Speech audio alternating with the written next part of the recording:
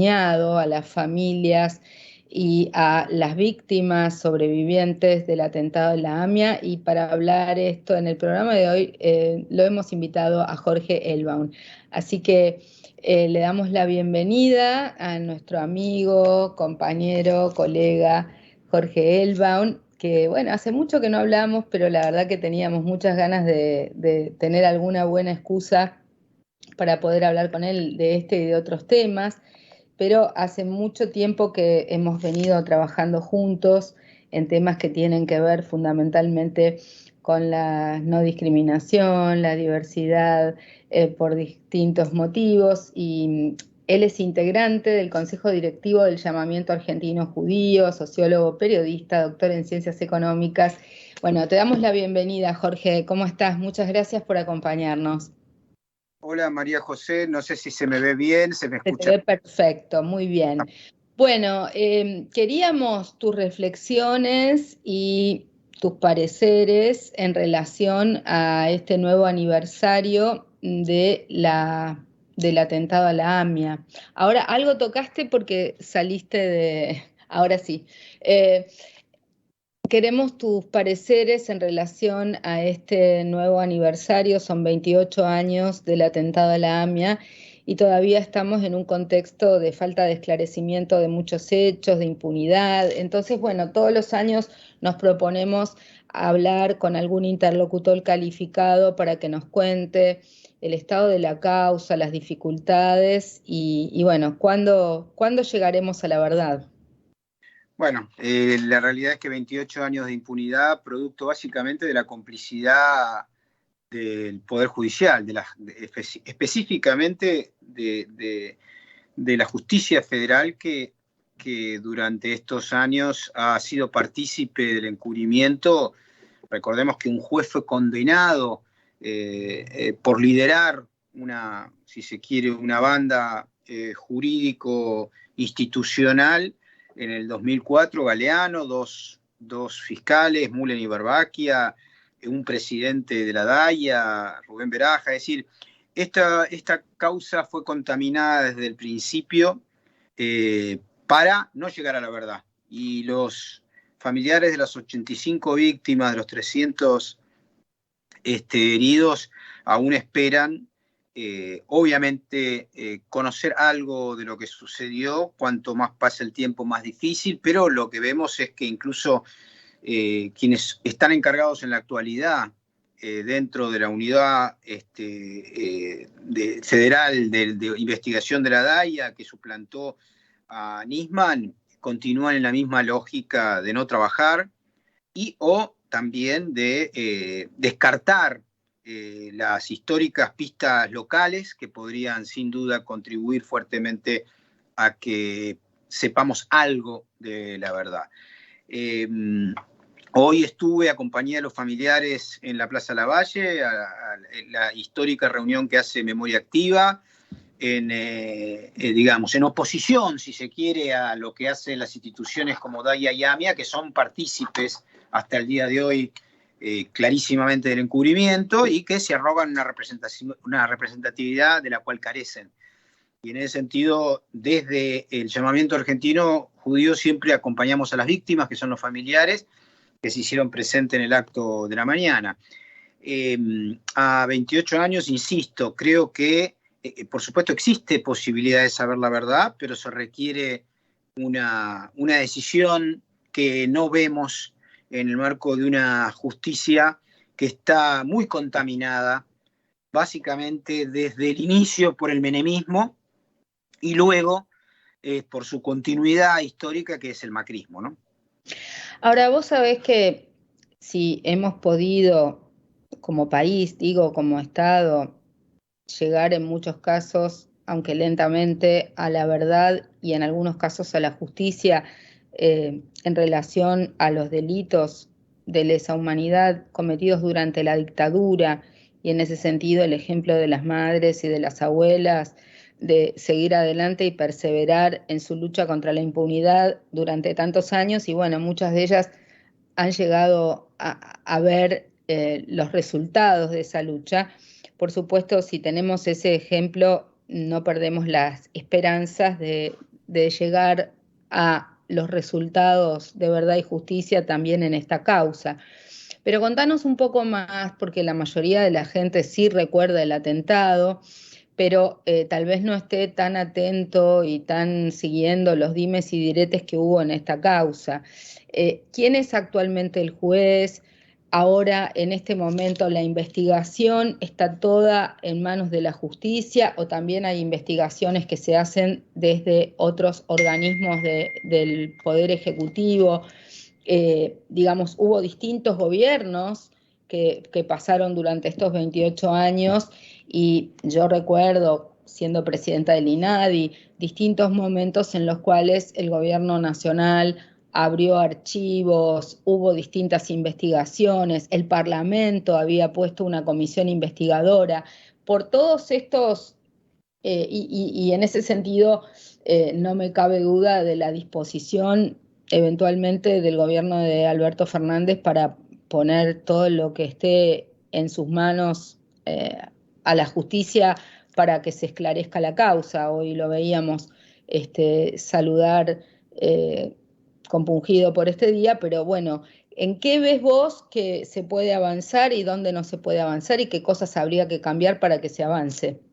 Yo creo que la posibilidad de que esto avance está en directa responsabilidad de la Corte Suprema, en dos aspectos.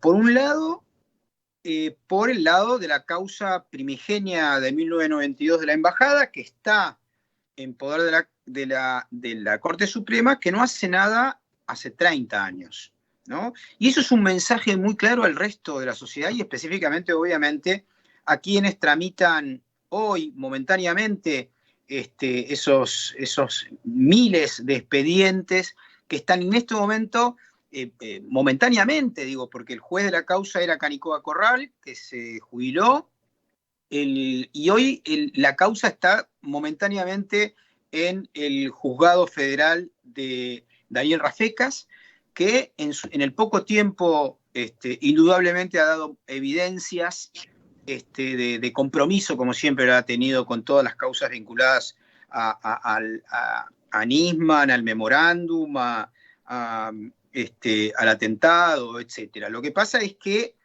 es momentáneo hasta que se resuelva qué juez va a tomar nuevamente la causa para suplir a Canicoba Corral. ¿Y por qué digo que la Corte Suprema es la máxima responsable? No solo porque muestra una absoluta negligencia en relación a la causa de 1992, sino porque permite que fiscales y jueces permanentemente hagan la vista gorda de infinidad de retazos que podrían ser tomados en cuenta. Doy un ejemplo. El caso de Yossi, que se hizo famoso ahora por una miniserie y que es el resultado de una investigación que hizo Horacio Lutzky y Miriam Lewin, en donde se entrevista a un policía que fue infiltrado por la federal en la AMIA durante más de una década, que brindó su testimonio ante la UFI-AMIA en época de Nisman, y que recientemente, hace muy poco, el juez Torres desestimó como para seguir indagando sobre eso. Ahí hay una posibilidad enorme de conocer elementos de la verdad que obviamente por protección a las posibles vertientes locales se está eludiendo. La pregunta es, ¿cómo puede ser que la Policía Federal en Argentina, sus máximas autoridades sean cómplices de una infiltración, una organización de la sociedad civil? ¿Y cómo puede ser que esto no sea un elemento para darle posibilidad de continuidad a la investigación? Bueno, José Pérez, alias Yossi, nunca nos llamaron a una testimonial en profundidad. Testimonió en su momento en el marco del fiscal Nisman, que le prometió escucharlo, curiosamente no lo escuchó, mandó a los secretarios. Es decir, hay infinidad de elementos. Otro elemento, recientemente, después de 15 años, la Corte Suprema avaló la condena al comisario Castañeda, hace una semana atrás, responsable de haber hecho desaparecer pruebas, escuchas en cassettes, y era el máximo responsable de cuidarlas, dichas pruebas. O sea que ahí hay un montón de elementos de la pista local que permitirían entender por qué no había policías en la puerta de la Embajada de Israel ni en la AMIA los días de ambos atentados. Permitiría entender sobre todo cómo se derivó el nitrato de amonio, que es el explosivo que se utilizó, más allá del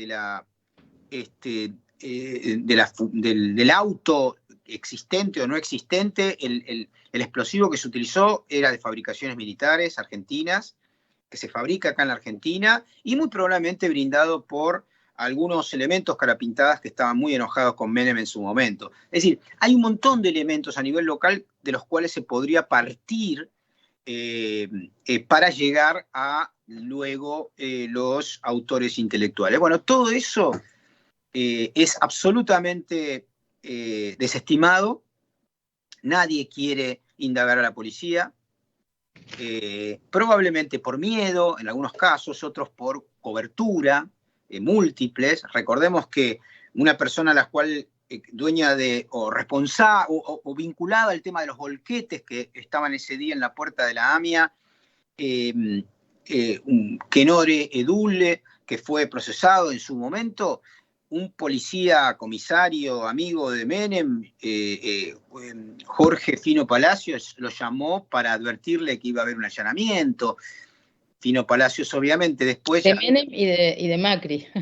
Sí, luego fue el primer, digamos, director de la policía metropolitana. Bueno, murió sin hablar, por supuesto, pero tenía mucho seguramente para que podamos saber, y pasaron obviamente 30 años donde van muriendo o algunos que pudieran brindar algunos elementos. Y tenemos después, por el contrario, una causa que ha inventado culpables y ha generado que gente esté 8 años presa, como el caso de Rivelli, que más allá de no ser de ser un policía de la bonaerense que se dedicaba a actividades no santas, no tuvo nada que ver con el atentado, ni con el armado del auto, o de la camioneta, o de la furgoneta, etcétera, y sin embargo, él y otros 4 policías estuvieron 8 años presos. Es decir, el nivel de violencia institucional que supone la corrupción, el encubrimiento, la negligencia, la apatía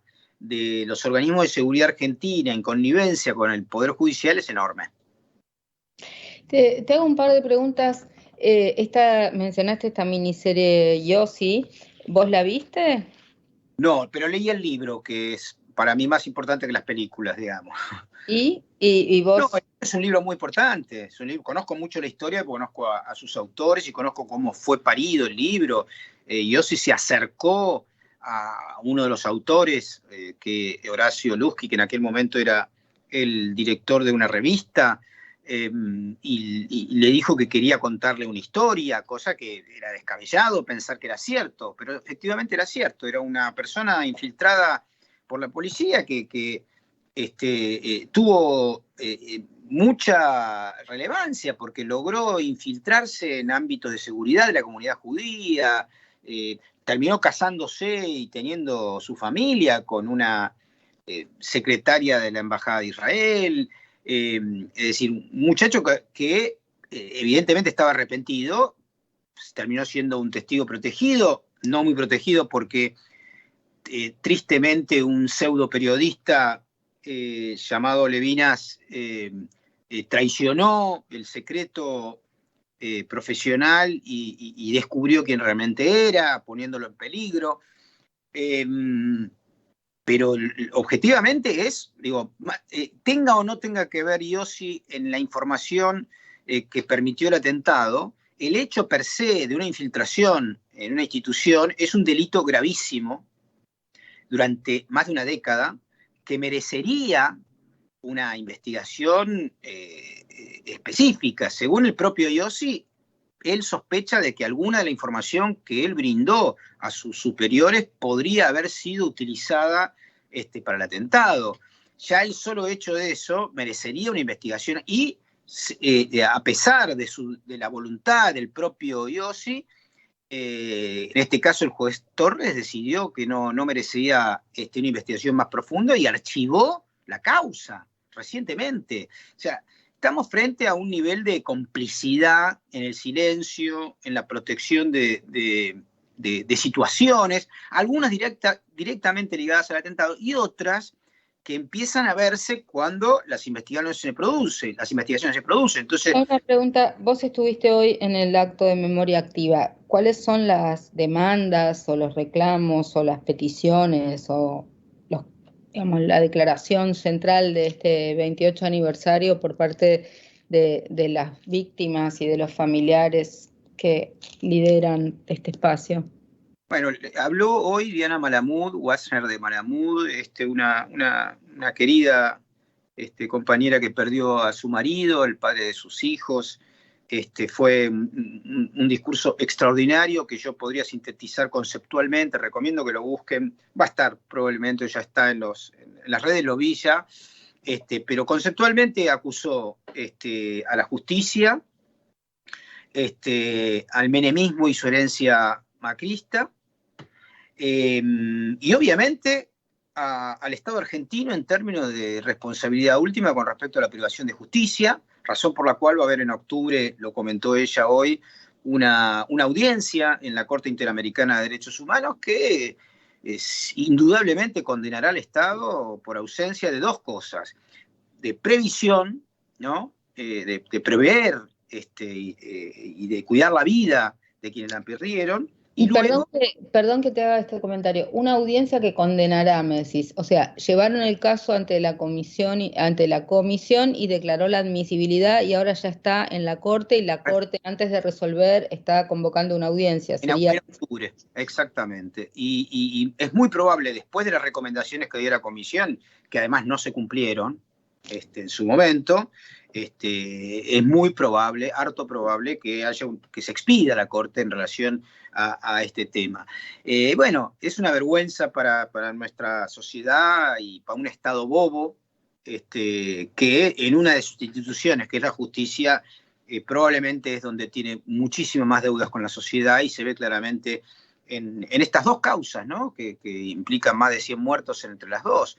Y que bueno, van pasando los años, pero como bien vos decías, María José, gracias al ejemplo de madres y abuelas sabemos que la esperanza nunca se pierde y hay que seguir bregando para que haya justicia para la sociedad en su conjunto, que merece una respuesta sobre lo que pasó, y también sobre todo para las víctimas y sus familiares y amigos, ¿no?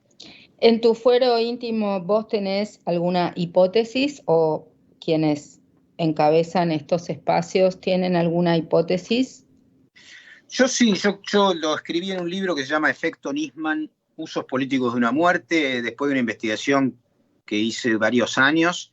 Una hipótesis creo que es muy difícil, digamos, eso hay que leerlo en el marco de un contexto geopolítico. En la misma mes del atentado en el 92 y 94 hubo otros atentados en distintas partes del mundo, uno de ellos muy importante en Londres, también en una especie de lo que sería la AMIA de Londres, se encontró a los responsables en aquel momento y pertenecían a Hezbollah. Argentina, con el menemismo en el marco de relaciones carnales, se metió en una guerra que no tenía que haberse metido. Además, le había prometido cosas a muchos países que después traicionó, entre ellos, no solamente le había prometido, sino que había un contrato, por ejemplo, del envío de uranio a Irán, en el marco de un contrato que se hizo durante el alfonsinismo y que el primer embarque, un uranio a un porcentaje de enriquecimiento no apto sí para la energía nuclear, pero no para una bomba nuclear, ¿no? Bueno, el segundo envío, que tenía de realizarse en diciembre del 89, fue suspendido por pedido de Estados Unidos, de la misma manera que fue discontinuado la investigación en relación al Cóndor, que tenía ventas previstas para muchos países de la zona del Medio Oriente. Y lo más importante, Argentina entró en guerra junto con Estados Unidos en el marco de estas relaciones carnales en la guerra de Irak. Argentina participó de la guerra, fue parte de la alianza, mandó un buque que si bien no entró en combate, fue parte de la guerra. O sea, Menem nos metió en una guerra y el resultado de la guerra fueron esos 2 bombazos en Argentina. Bueno, te agradecemos muchísimo, Jorge. Contanos un poquito más para cerrar en qué anda la coalición en la que vos participás y en qué temas están trabajando. No sé si también hay una articulación muy importante en este momento de distintas organizaciones que piden por un Estado laico y que están trabajando por leyes que tengan que ver con la no discriminación de un culto en relación a otro. No sé si ustedes también están involucrados en eso. Si no, deberías y te puedo mandar el contacto a través de nuestro amigo César Rosenstein. Pero contame si hay algo más que quieras contarnos del trabajo que están haciendo en el llamamiento argentino, judío argentino. Nosotros tenemos participación del movimiento ese por el laicismo y somos solidarios a todas las iniciativas que tengan que ver con eso, sin duda. Yo he firmado como integrante del llamamiento, por supuesto. Nosotros estamos participando en muchas instancias, algunas de derechos humanos, otras en vínculos, digamos, interinstitucionales vinculados digamos, a aspectos de la ciudad de Buenos Aires. La verdad que el trabajo del llamamiento, que formamos parte ahora miles realmente nacimos en el 2015 y somos miles, y es una organización federal con presencia en gran parte de todas las provincias de la Argentina, y somos de alguna manera la contracara de la DAIA y la AMIA, su versión más ligada al progresismo, a la tradición cooperativa, al nacionalismo popular, y nos sentimos orgullosos, obviamente, de estar en la vereda de enfrente de organizaciones que han sido cooptadas por el macrismo, ¿no? Nosotros decimos que tanto la DAIA como la AMIA son, digamos, locales de Juntos por el Cambio, y bueno, nosotros nos sentimos herederos de una tradición más ligada a las luchas sociales, y al progresismo y al nacionalismo popular en nuestro país, y orgullosos de ser parte de esa tradición y de dar peleas, obviamente, en este caso contra la impunidad, y a favor de la democratización de la justicia, que creemos que es uno de las demandas y de las deudas más grandes que tiene nuestro país. Nosotros tenemos instituciones, la institución de la justicia, por un lado, la institución de los organismos de seguridad, por el otro, atrasan un siglo en nuestro país. Hasta que no logremos democratizar esas instancias vinculados al orden público, vamos a estar complicados. Entonces pujamos desde el llamamiento también permanentemente por mostrar esta otra forma alternativa a la que quiere imponer la DAIA y la AMIA, y también advirtiendo que el judío la colectividad judía es plural y de ninguna manera puede ser cooptada por un discurso de derecha neoliberal como pretenden hacer desde la calle Pasteur, ¿no? Sí, aparte puede haber diferencias políticas, diferencias ideológicas, pero sobre todo y fundamentalmente en un tema como este lo que sería de esperar es posiciones transversales que tengan que ver con exigir políticas de Estado a favor de la justicia, ¿no? En estas cuestiones, la verdad que es como cuando hay políticas de Estado a nivel nacional que no deberían ser objeto de discusión. Buscar la verdad y la justicia no debería ser objeto de una discusión partidaria o de coyuntura. Me parece que serían temas que sería esperable que el conjunto de los integrantes de la comunidad estuvieran exigiendo la clarificación de los hechos y que no haya impunidad, ¿no? Sobre todo, bueno, tenemos grandes esperanzas y expectativas en que los jóvenes y las nuevas generaciones también puedan mirar con otros ojos y poder ver más allá de las coyunturas, de las dirigencias y de quienes a veces dicen representarlos, pero que se quedan en estas cuestiones menores e internas en temas que son tan graves, ¿no? Así que bueno, te agradecemos muchísimo, esperamos verte prontito, tal vez presencialmente, para tomarnos el café con Luber en directo y no por internet, pero muchas gracias por estar y bueno, este ha sido nuestra manera de recordar el atentado a la AMIA y de reflexionar juntos y pidiendo una vez más por la democratización de la justicia y también por memoria, verdad y justicia en esta causa que nos ha afectado y nos afecta y nos daña a todos y todas los argentinos y argentinas. Muchas gracias, Jorge. No, gracias a vos, y espero ir a tomarme el café en algún momento presencialmente. Un fuerte abrazo. Un beso. Chau, Bueno, chau. enseguida volvemos con más Café con Luber.